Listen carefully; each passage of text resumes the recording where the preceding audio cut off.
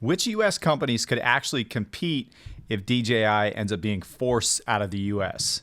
With all this talk of Chinese drones possibly being banned in the US 3 months from now and zero consumer options, who's going to enter that part of the market? And it's important to remember this was signed by President Biden last December as a part of this year's national defense budget.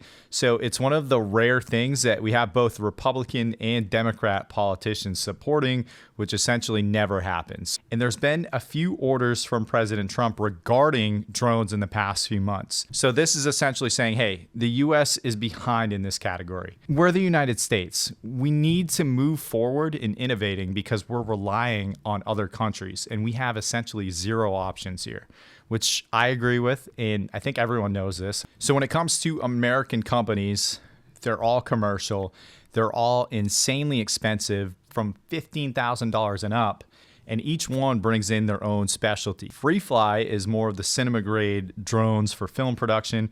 Again, $15,000 compared to $2,000 to $3,000. So right now, I don't think any of these current companies as they stand would be a DJI competitor. I don't think they have any interest in even entering the consumer market unless they completely shift their businesses, because they not only have to ramp up production by a massive amount, but also they have to lower costs by 10 times to even be in the same category. And if there is a ban, it could lead to government subsidies or contracts, which would accelerate how fast they grow by a ton, which is obviously a possibility. But I think that's the boring political answer. Honestly, I don't think the government in the US will want any technology that they assist in to be in the hands of every consumer, realistically. I want to go in a completely different direction. Let's go really hypothetical for a few minutes. What would a company need to be able to compete with DJI within the next few months, within the next year? What is going to be the answer for the rest of us who make a living from the images that we capture with these things and need them to be in a certain price point? So first off, they'd need robotics technology. Second, they'd need the software technology. Third, they'd need the manufacturing facility and the process to already be streamlined to produce at scale.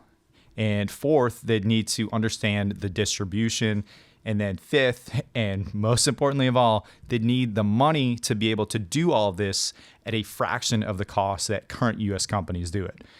And in my mind, there's only a few that check all of these boxes. So hear me out. Number one is Amazon. They're already in the drone space with prime air delivery fleets, and they already have autonomous navigation. And if you think about it, they have Amazon Basics, or their brand, for just about everything that you can imagine.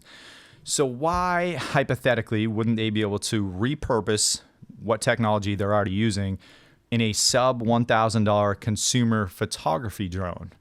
They cover all 5 of the boxes that I mentioned, probably better than any other US company, using AWS robotics. And because of the size of the company, they could hypothetically produce at scale very quickly.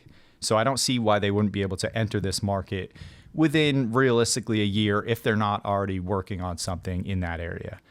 Number 2, Google. They already have their own drone delivery service that they've been using. They've got the Pixel camera tech that they use for all their phones. They're able to utilize their own Google Maps, or arguably the most advanced mapping services.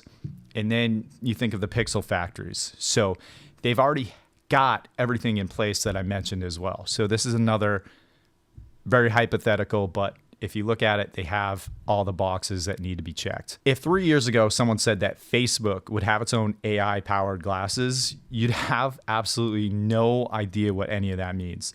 But with their push towards AR and VR, they could potentially create more social-focused drones, I think. They could tie things in with Instagram and Facebook for easy sharing and utilize Oculus manufacturing. I think this one's a bit less likely. But again, they do have a lot of the boxes checked, and these Meta AI glasses are absolutely everywhere lately. So they're definitely not only interested in entering a completely different part of the market, but they're in it. All right, this one sounds like a bit of a stretch, but it makes sense if you actually think about it. So hear me out. SpaceX and Starlink have the best robotics and space capabilities right now. DJI drones, they rely on a variety of different satellites for connection. And, every time you turn them on, you see they're connecting to satellites. And thanks to Starlink's satellite network, drones could also utilize this. And I did some research. They already have been. Starlink's low Earth orbiting satellite network provides the low latency connectivity needed for applications like beyond visual line of sight operations, enabling remote drone navigation, data transmission, and mission changes in real time.